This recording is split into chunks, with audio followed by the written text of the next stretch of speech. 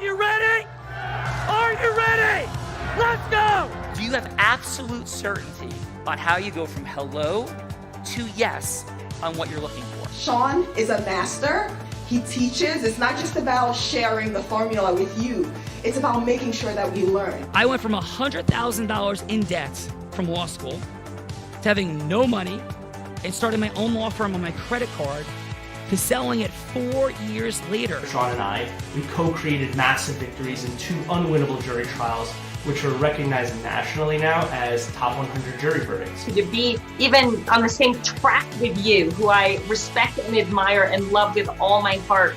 Never again submit. You're not better and you're not less than any human on earth. When you shared with us about the Unblinded process and the mastery sales training, I just went, wow. Sean will gain proximity to the most influential and powerful people. He will find out how he can grow their business, how he can help them personally. But the third thing that he does is the most important. Sean serves without an expectation of getting anything in return. You have very, very high-performing colleagues. 22 years ago, you transformed my life as you did all these people's lives over the course of time. And I couldn't be more grateful. Let's hear from Tony Robbins. I don't see him as a lawyer, and I don't see him as a blind person. Someone who has subjugated his ego, who has taught me what serving really looks like. You have this incredible ability to just have unconditional love for everyone, and that is just an incredible gift. The moment you have been waiting for. The American Blind Association is the first new face and voice of that association since Helen Keller. Formula for formulas, which is exactly what I've learned from Sean. It's a language-based predictable model. We will have over 300 new sales meetings this month. This superpower in the world that is attainable for you is the ability to influence people. If you believe that, say yes. If you believe that, say yes. Do you think that worked?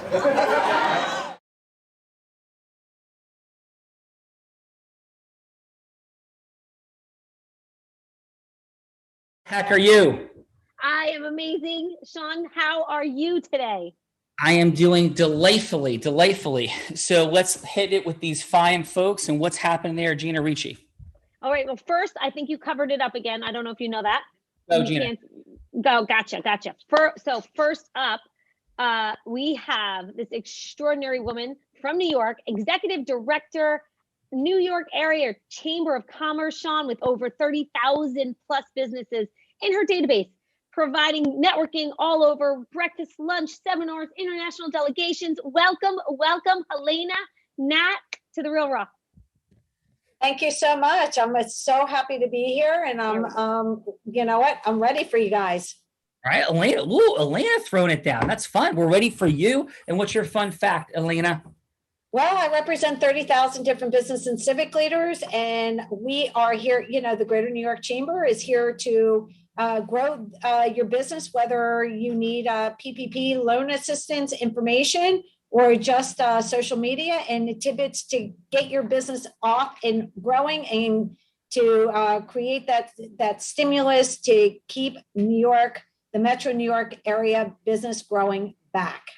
Elena, thank you. And as a Columbia University grad, spent 4 years living in New York, worked for Bankers Trust on Park Avenue. I live in northern New Jersey right now. Offices in New York, New Jersey, all over the country. But thank you for what you're doing. It's been an unbelievably complex time. And leadership like yours is what causes people to move through intense times of uncertainty. So thank you for that. And if I may ask, Elena, what drives you? Like, what's your why? Why are you doing all this? Well, what really drives me since March 18th of when we shut down for COVID is the calls that I got from businesses, the entrepreneurs and the small businesses saying, what am I going to do? I'm shut down. And at that point we pivoted. We went from in-person networking to providing 3 different webinars or networking online, providing Small Business Fridays every Friday, providing information, I had the contact from the SBA, the IRS, doing Q&A. We had, just complimentary webinars on growing your business. And that continued. And we had a lot of people just sitting there saying, they just needed someone to hear them, to be part of a group when they're so alienated because they were at home. So that's what we were there for. And that's, we're really proud of, what we did, and we pivoted and we did pretty well. Went out for a minute there at the end, Helena. Oh, I'm sorry. But for a can you hear second. me now? Yeah. Okay. Yeah. But we pivoted and we're here to help you. Oh, Sean, it might be you.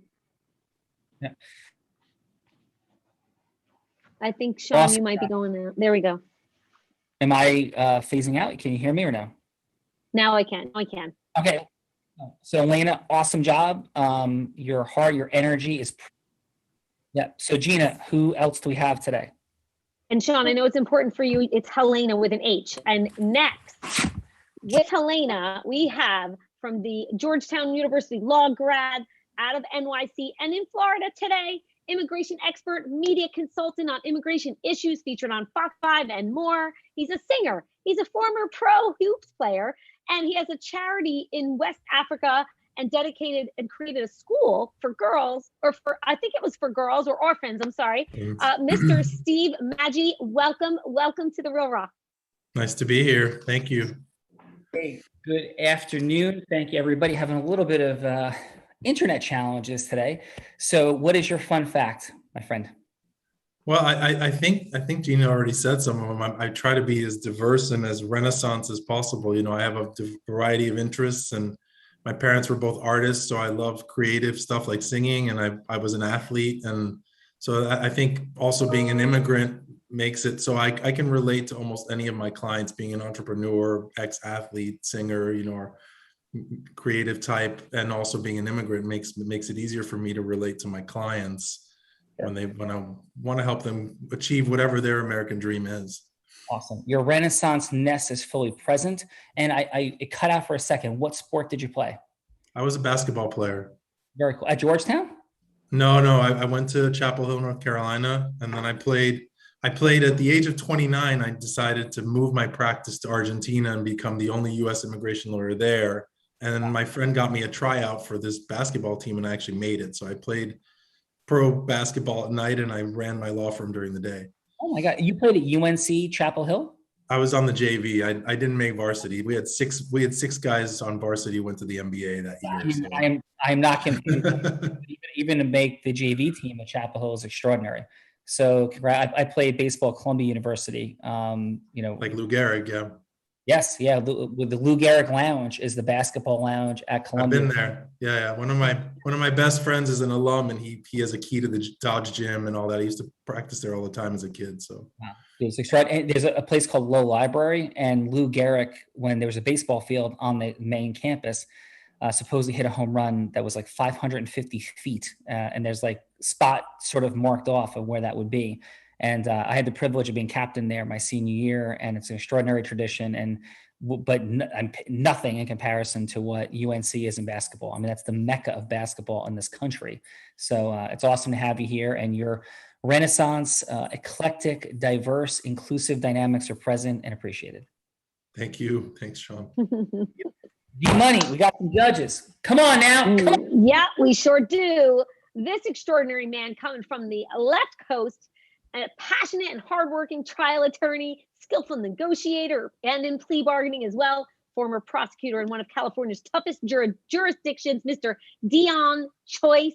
Welcome to The Real Raw. Thank you. Thanks for having me. Yeah, Dion, welcome. Happy Trajectory Tuesday. And where were you a prosecutor in the great state of California? Alameda County. Ooh, very, very nice. So, Northern California, Oakland. I was going to say Oakland, right? Yeah.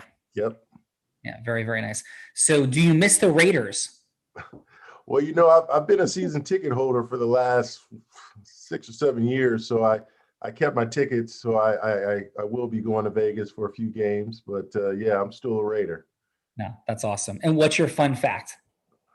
Fun fact is, I went to Morehouse College, and I was able to meet Johnny Cochran, and he kind of influenced me to go into law, and I've tried to model my practice in a way that represents fighting for justice, and that's I guess that's my fun fact. That is interesting. So love to like talk about this for the next 4 hours, which we don't have, but a quick 6 seconds. If you could wave any magic wand and create a shift in something about the American justice system, what would that shift be? Well, I think we need to get rid of just locking people up. The prison system here, we have way too many people in prison. I think it's like 20 million people in prison, which represents 25% of people in prison all over the world. I think we got to change that. If I could wave a wand, I'd get rid of that and have other resources and services for people that really don't need to be there, for low-level drug offenses. Yeah. Amen. Complete alignment. And did you ever see the movie Traffic with Michael Douglas? I don't think so.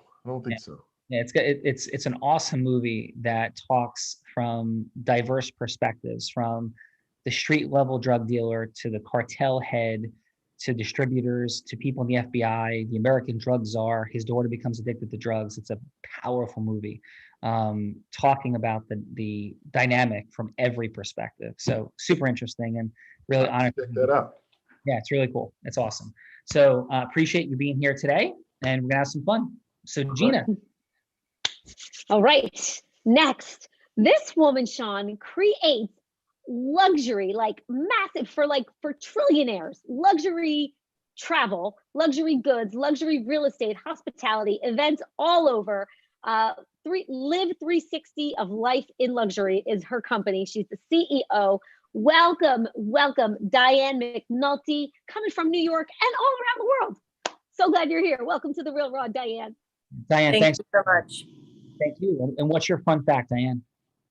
Let's see, my fun fact is I have survived a hijacking from New York to London in September of 2000 and lived to tell about it. And which is also another reason why I think that travel and experiences is super critical. You only go around once, so make it fantastic. My business has 3 umbrellas.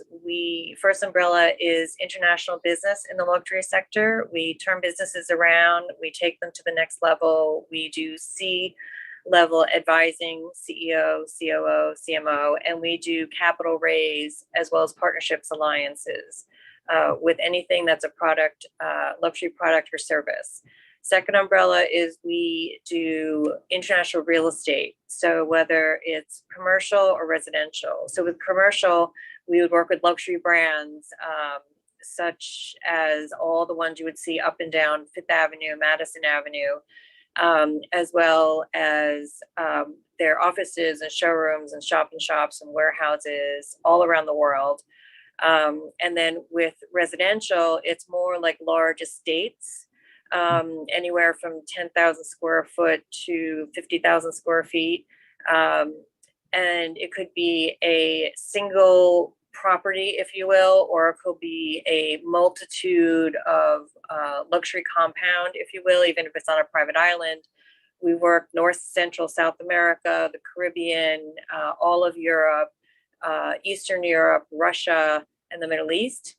And the third umbrella is the travel and experiences. So we work with clients. We're not a travel agency. We work with clients for uber high net worth or large organizations that want to develop a very unique, one-of-a-kind experience for whether they're top managers, their top clients, or even for themselves and their families. We could do the Antarctica, go down and see and bring scientists down and have a private exploration done. We could have Formula One. We could work with the Kentucky Derby. We can do the Super Bowl if you want, like, smaller one-offs. And also we can do, private jets and yachts. And of course, the next round, as I was just saying to Gina, is we have been working for quite some time on the future of space travel. when civilians will be going to space, as we just saw with Richard Branson this past weekend. That will become the norm in time. And we have been working on for many years now, about 15 years, is the experiences for trillionaires. And many luxury products, services, and people have kind of giggled at us over the years, like, that won't be in our lifetime. But actually, it will be within the next 5 to 6 years. Jeff Bezos is on track right now to be the first trillionaire, but he won't be the only one. And there will also be names on that billionaire, trillionaire list that we don't even know yet, because they haven't inserted their product or service yet into the market, and they will be much younger people. So we have been focusing our specialties on that future of that market, because that is the future, and it's only a couple of years away. So Diane, extraordinary. So is what I'm hearing you say is that you're recommending that we take a trip to Mars, and that you can arrange us to be hijacked along the way to have a truly complete life experience? Is that what I'm hearing? Well, as long as we end up on Venus, which is all about love. So that's an important thing. That is perfect. And but by the way, hijacking, how did it end? Well, I'm still here, so that's a good sign. Yeah. So did they tackle the person? Did they give up eventually? Like, what was the? It wasn't one person; it was 5. 5 people. It was a well orchestrated situation, and there is a book called Terror in the Skies, which was written by a journalist who freelanced for the Wall Street Journal. And she would write articles, according to people like myself, regarding different things going on airplanes back in the, late 1999 and 2000. And the US government actually went in to shut her up, but they couldn't, because she, had freedom of speech, and especially as a journalist. So eventually all of her articles became a book called Terror in the Skies. And when we were hijacked from New York, heading over to London, we managed to emergency land in Halifax, which was the last point before being over the ocean. When you're flying, you're not allowed to cross back once you cross a certain point in the world. And we were just before that point. So the pilots managed to very successfully, thank God, in essence, do maneuvers to knock out the bad people, let's say. And thus of us passengers that could helped where we could help by knocking people out with laptops and various other things that we did. And at the time, when we landed in Halifax, which our plane was really too big for the tarmac, so we were all over the airport when landing, which was not smooth or easy. And it was in the middle of the night. They planned for us not to survive.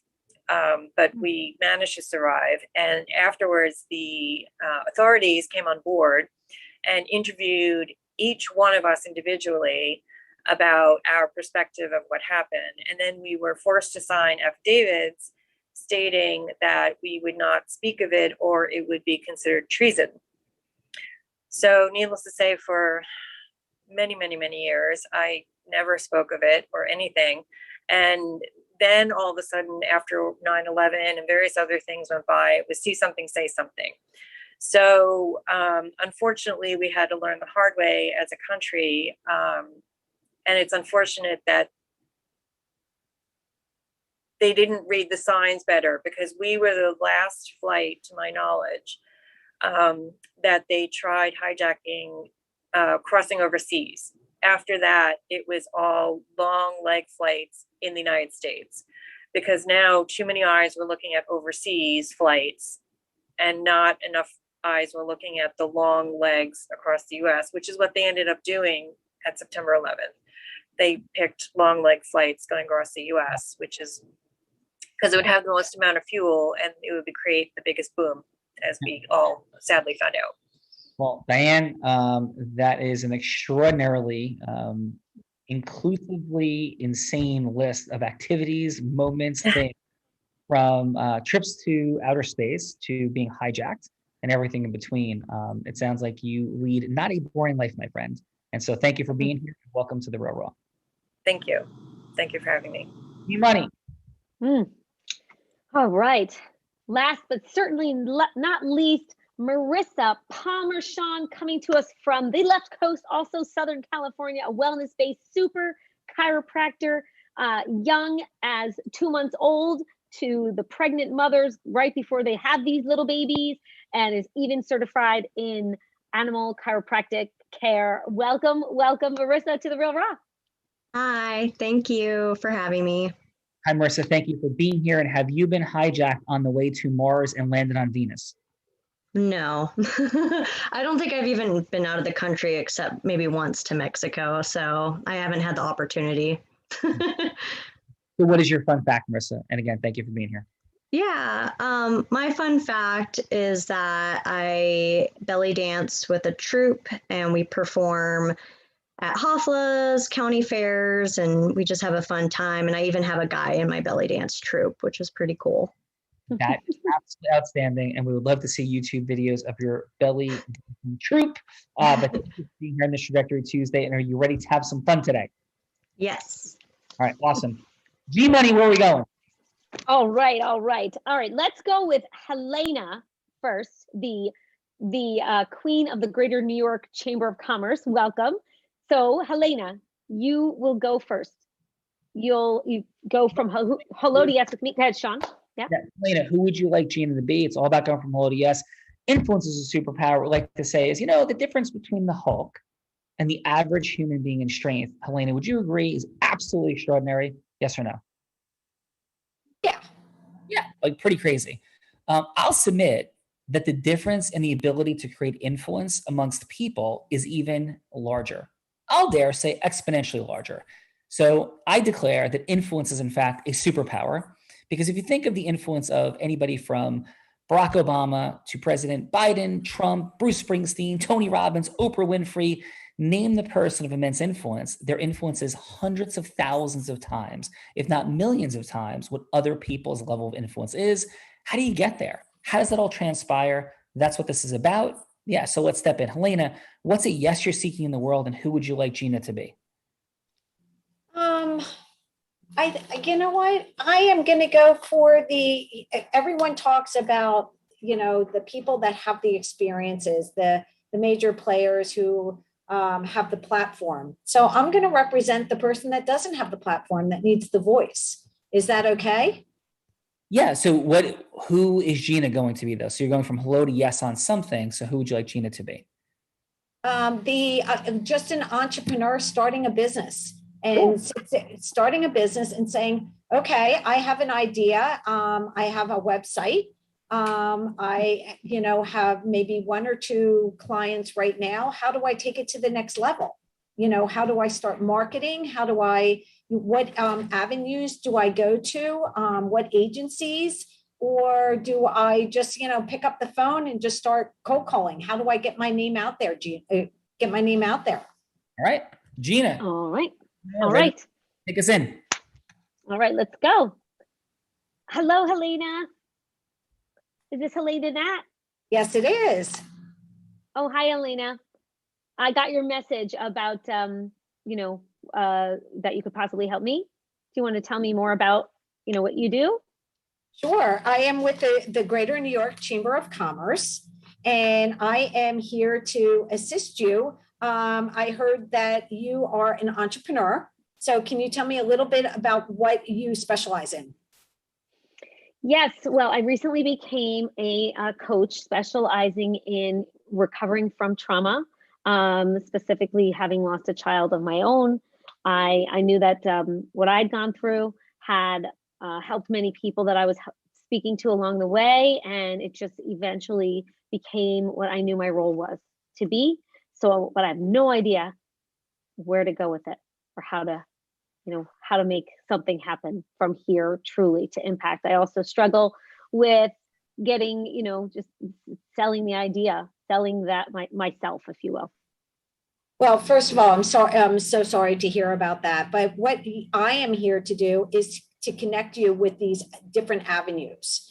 So first of all, you know what, the first thing you should do is make sure you have your website up. I would definitely join, you know, a local chamber of commerce that you can, you know, connect with and make those personal contacts. They probably will give you their logo, so you can use that logo to promote yourself, whether it's in your email or on your website. So when you're talking to people, they will understand that you have you know, something behind you. I would also reach out to you know, different organizations at your local or city or state agency on mental health, because that is such a huge thing right now. And I think for what you have gone through, you can be a huge support system, and registered with different organizations to provide that niche and that comfort level for other businesses like yourself. So there's different ways that you can really immerse yourself through your business, whether it's your personal connection of, you know, your history, or the business end of running a, you know, I don't know if it's a nonprofit or a for-profit organization. Mm-hmm. Well, and can you, how can you help me? Like, how can the chamber help me in this? Well, if we would put you in front of 30,000 different business and civic leaders. You would send me a 30-word promo on a monthly basis with a direct link back to your email or website address, any type of articles or blogs. So we develop traffic back to you. We list you on our website. We have online networking. I don't know if you have children, so if you're working out of your house, that is you know what, you don't have to travel. We come to you. You be on Zoom. We have Tuesday 10 o'clock networking coffee, 4 o'clock cocktail hour. Again, you can introduce yourself, create a lead list for you. And also get involved in our mentoring program. And I can also introduce you for running your business with the SBA and other local city and state agencies. Okay. All right. Well, then let's set up another call then, another day. That would be great. I would love to follow up with you and send you off an email. Perfect. Thank you so much. Energy is awesome and present, and there is no question that the New York Chamber of Commerce is in great shape with your leadership. Just like it's fully present, energetic transference, decisiveness, leadership, congruence, all of it present, Helena. So thanks for sharing. For sharing, you know, your expertise here. Yeah, thank you. So Steve, who the heck would you like Gina to be? Well, I guess similar to the first person who spoke, to Diana, is I also work with entrepreneurs. That's my passion. But the added nuance here that makes it exponentially more complicated and challenging for me, which I like, is that they are international. So they may be successful in their home country. What they're trying to do is find a market in the US to bring their product or services here and to conquer a small market share of the US market. Very cool. So maybe Gina can put on a foreign accent and she can be a foreign entrepreneur. What country let's go with this. What country is Gina going to be from, Steve? Oh boy. Well, she's of Italian descent, so let's say Italia. Let's go. All right. Let's go. And Gina, I think you have a new innovation for pizza. No, I'm kidding. So whatever you want to put Italian. Okay, so Gina, take us in. All right. All right. So as if you're calling me, hello. Ciao. Ciao. Who's calling, please? Yes. Hi, Gina. I got your information from the Italian American Chamber of Commerce in New York. They told me that you spoke with them and that you're interested in launching your business in New York, your Italian business. Yes, yes. This is true. I'm trying to figure out how to have an Italian accent. I'm just trying to figure out how to make that all happen and be successful in New York. Can you help me with that? Yes, of course. I've helped many companies and entrepreneurs from Italy.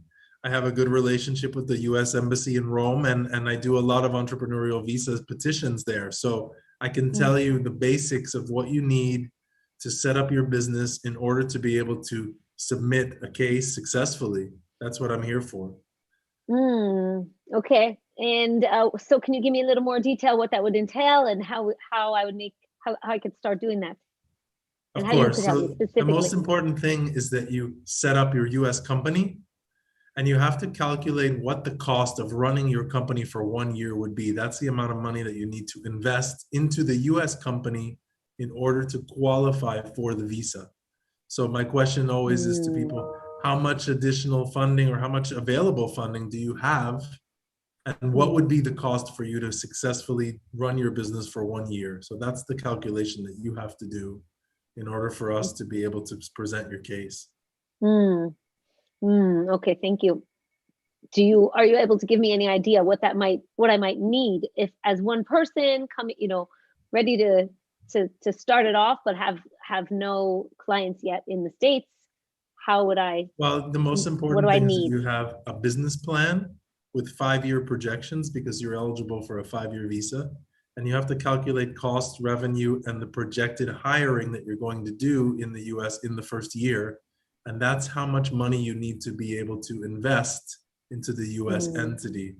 The plan is the most important thing because it will convince the officer that you have a legitimate plan to put into motion that will generate jobs. It's all about US job creation, especially now with our high unemployment rates in the US. Okay. And would you be able to work on that with me pretty quickly? That we could sit and plan for a couple of hours how I need to create that?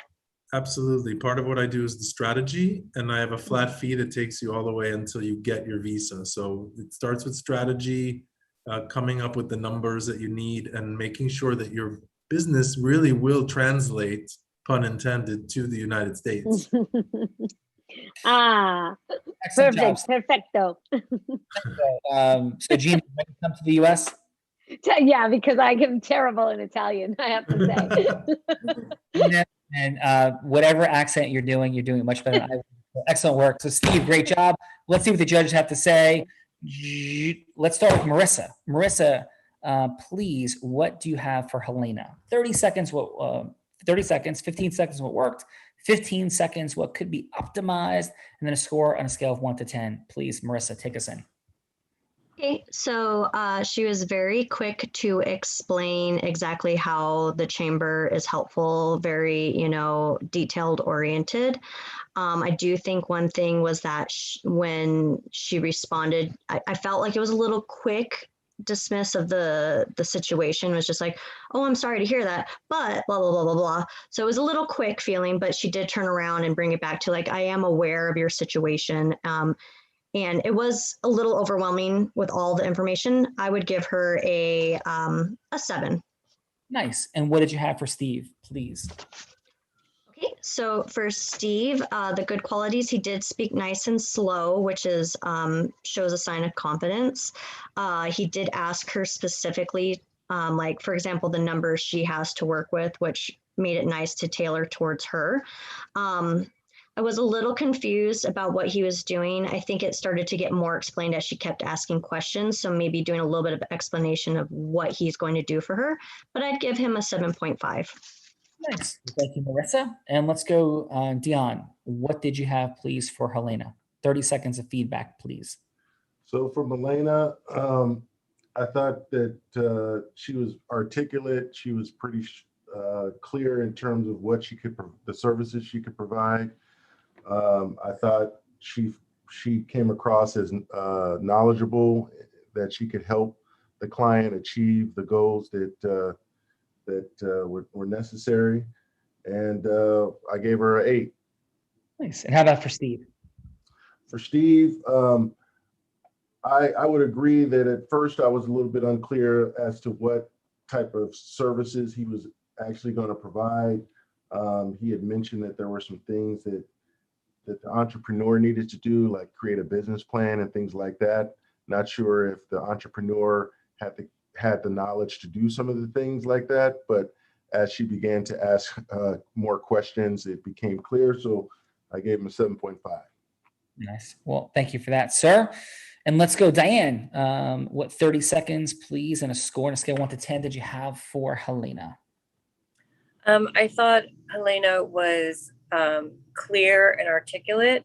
I agree with Marissa that if she could just slow it down a little bit, just because she knows her product very well doesn't mean the person listening knows. And if she could take information down regarding the client and say, I will send a follow-up email with the links to some of the things we discussed today. And if you need, additional help through that, we can set up an appointment and I can walk you through a specific point that they may not know how to do in particular. Let's say like the loan part, SBA loans or something like that. They can walk them through. And I would give her an 8. And regarding the second candidate, I thought, I think the in the beginning, it should be a little clearer as to, what each person said, a little clearer as to what that person does, and maybe give a little, 10-second outline as to the types of services. And that way you can then say, which service will best suit you as a client. And at which point, if there needs to be more clarity or a directive, then you can break that down from that point. I give him an 8. Nice. Excellent job. And Diane, would you like to have some more fun on the Real Raw today? Are you funned out, or would you like to have some more fun? I love fun. There's not enough fun in the world. Let's have some more fun in a second. And here's one fun fact of mine. I was quarantined during COVID. Obviously, like many of us were, but I had the unique distinction, and Diane and everybody, you might uniquely appreciate this. I was quarantined in my room on Necker Island, Richard Branson's island. Yeah. So I think that is my fun and unique distinction, as a COVID outbreak hit Necker Island, and we had the horrible imprisonment on Necker Island, which is really weird though, because when you're there, yes, you could be like, oh my God, if you're gonna be quarantined, why not be quarantined on Necker? But after a day, a room is a room, regardless of where you are. And so I'm blind, and the views, I have a little bit of peripheral vision, so the views weren't that present for me. But that is my fun fact, Diane. I was quarantined on Necker Island during COVID. Well, I have to say, I do enjoy. I used to live on Tortola for 4.5 years, which is, and I would go over to Virgin Gorda all the time, which is right next to Necker. We would go there for lunch. We would go to Esmeralda, which is the big club over there, if you will, where you would dock your yacht and then have lunch, which is just across from Necker Island, and the Bitter End, of course, which is famous over there. Have you been to in the BVI Buck Island, which is Yes. Well, I used to live down there, so yes, I've been to all those islands, and I'm a sailor, so I've sailed not only personally but also in regattas all over the world. So I was the first speaker ever on Buck Island after Brittany Turner, who just bought it, purchased it.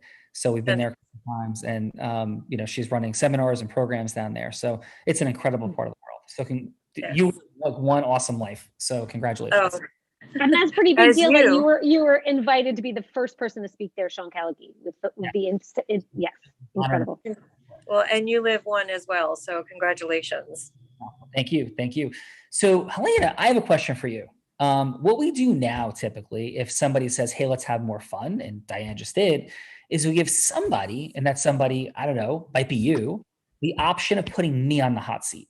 Have a little fun with that. So I go on the hot seat, I'll go on the spot, and I have to go from hello to yes, just like you did and Steve did, but on any topic you want. I've been asked to sell lemonade on a hot day. I've been asked to make a marriage proposal in 3 minutes to have somebody save immigration status. I've had to be President Trump trying to convince President Biden to continue the wall. I've had every crazy scenario imaginable, and I've been like a lawyer, an accountant, a financial services professional, and every other thing imaginable. So would you like to set that scenario, Helena, where I have to go from hello to yes, or would you like to assign that to somebody else as the leader you are to set the scenario? What do you say, Helena? I'm going to assign it. Okay. So this way I can listen. I hear you're a leadership delegation. So who would you like to set the scenario? I'm going to assign it to Dion. Ooh, okay. So Dion, who would you like me to be? what's the yes that I have to achieve in the world? And just to set a little more flavor to this, right? Everything happens after yes. We start working towards the moon and then Mars after yes. The United States happened after a bunch of dudes said, hey, yes, like let's form a nation.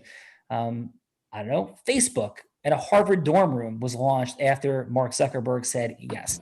So things start after yes, and our clients are our clients after yes. Our marketing, our leading, our recruiting, our fundraising, charitable or otherwise, all starts after yes. So who would you like me to be, and what's the yes that I have to achieve? Please, Dion. All right. Well, why don't you, how about you be a a bank executive, and you are trying to convince your board to accept Bitcoin as a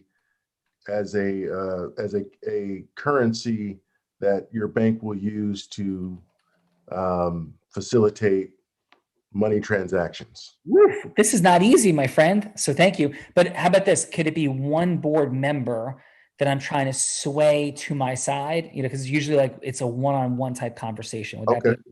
Yep. Okay. And who would you like the board member to be? It could be yourself or anybody else. Well, how about we try Marissa? All right, Marissa, would you like to be that board member on the bank? That sounds good. And Sean, real quick, just so you know, Helena has to hop in like 5 minutes. Okay, cool. Yeah, hard stop. Okay. So, hey, Marissa, I really appreciate you taking the few minutes. And this is a longer conversation, but I want to see if you could hold some space for it if something resonates here for you. So, again, thank you. And P.S., like, I never even asked this question. I know we know each other a little bit, but what brought you to the board for the bank in the first place? Like, why are you doing this?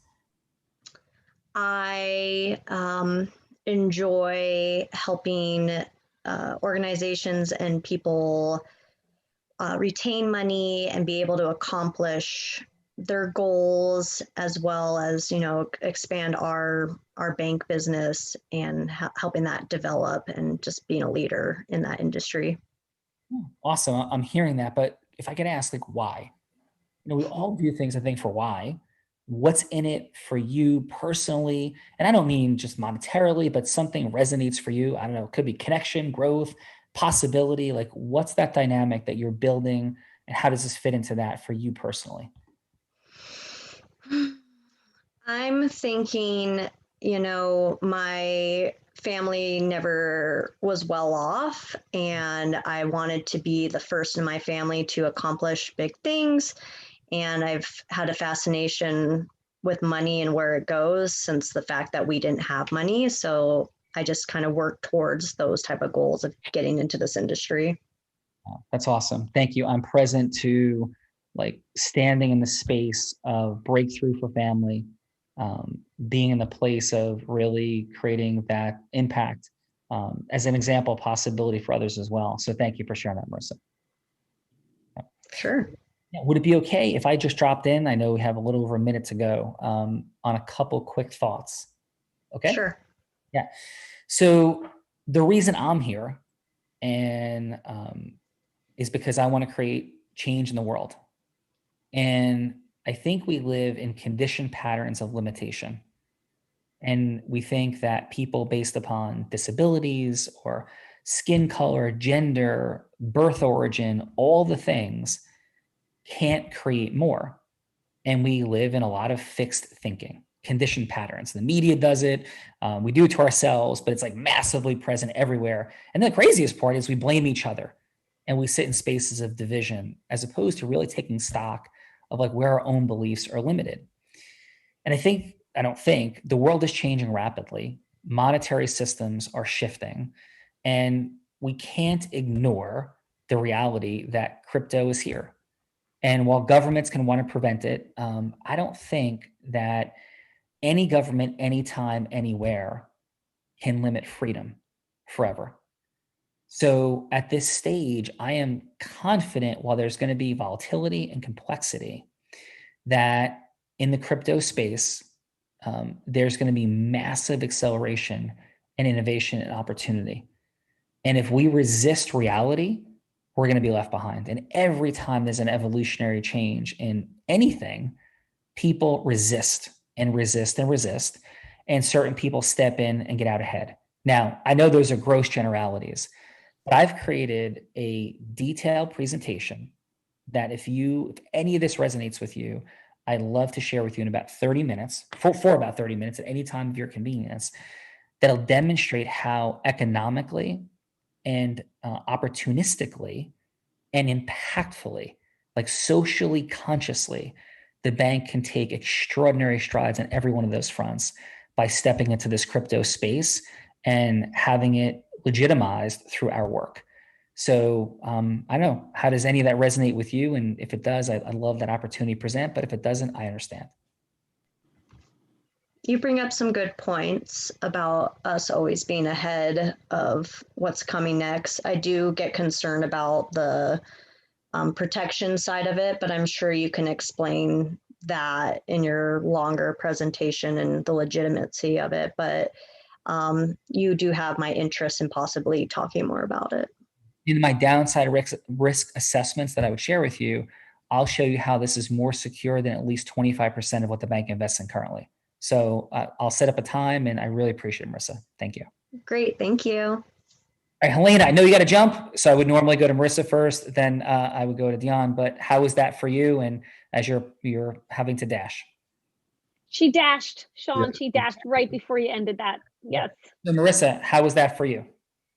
It was really good. I hate to say I know nothing about cryptocurrency or Bitcoin or anything about banks, so I really tried my best, but at least in my own life, I really enjoyed the fact of talking about freedom, because that is something I really resonate with.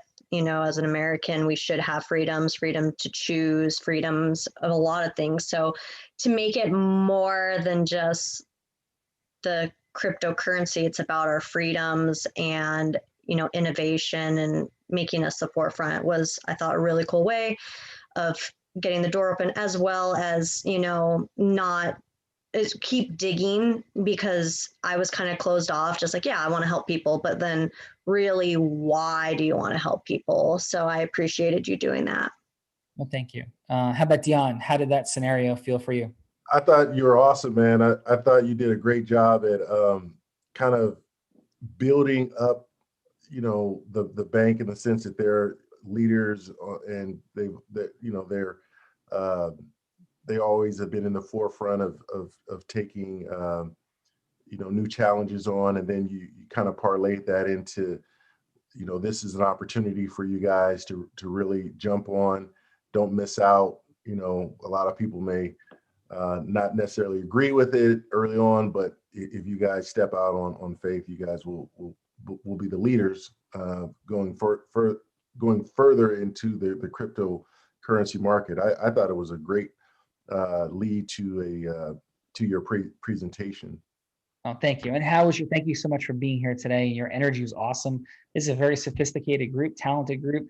How was your time with us on the Real Raw today, Dion? I'm sorry, I didn't catch that last part. I'm saying, how was your time? How was your experience with us? Man, I learned a lot, you know, from going to low to yes. You know, I was kind of still a little bit confused about the whole process, but this last presentation that you did made it very clear on how to come across as a very powerful influencer. I thought that was really good. Thank you. And thank you for being here very much. And Diane, loved your share. I have to read this book. I'm really present to it.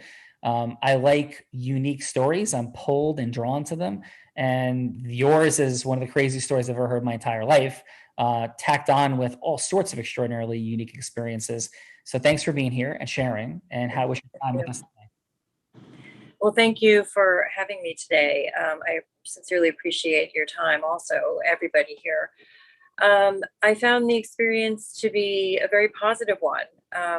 That I think my philosophy is this. It's very important that if you want to be a leader and not a follower, you need to be able to step out and do some things that are uncomfortable. And so I find that when things in life are more uncomfortable, you know you're in the right direction because you are growing and changing and learning. If everything is, super comfortable and set, well, then, you're very static. And I think that life is for living, not for existing.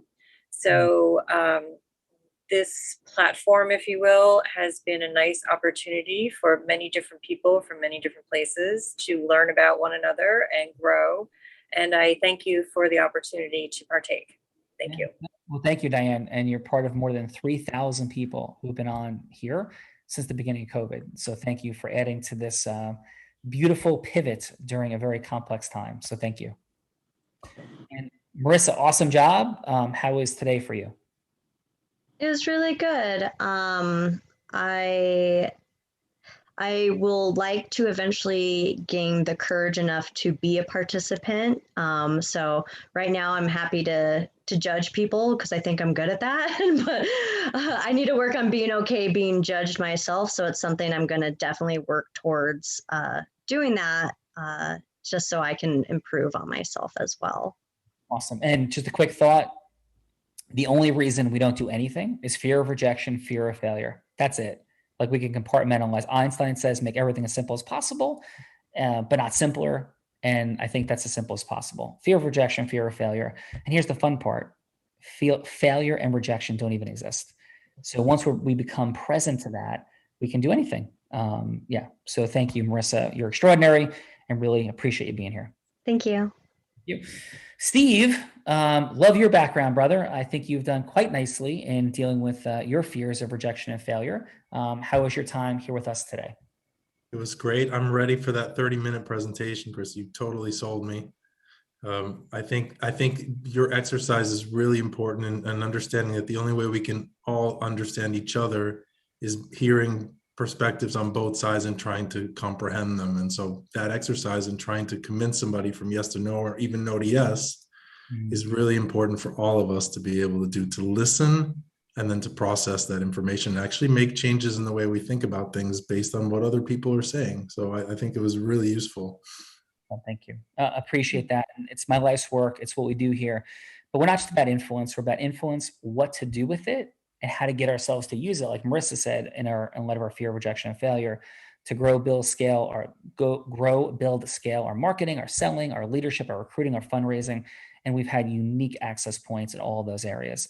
So it's beautiful. It's wonderful. And thank you, Steve, and everybody for being here today. Not that anybody could make this, but not that you couldn't. We do have our immersive accelerator. It's our first live event since our 1,300 person launch right before COVID. So we're doing on Thursday. So you guys are welcome to come as our guests here in New Jersey. And then we have all the people in our programs coming across the weekend.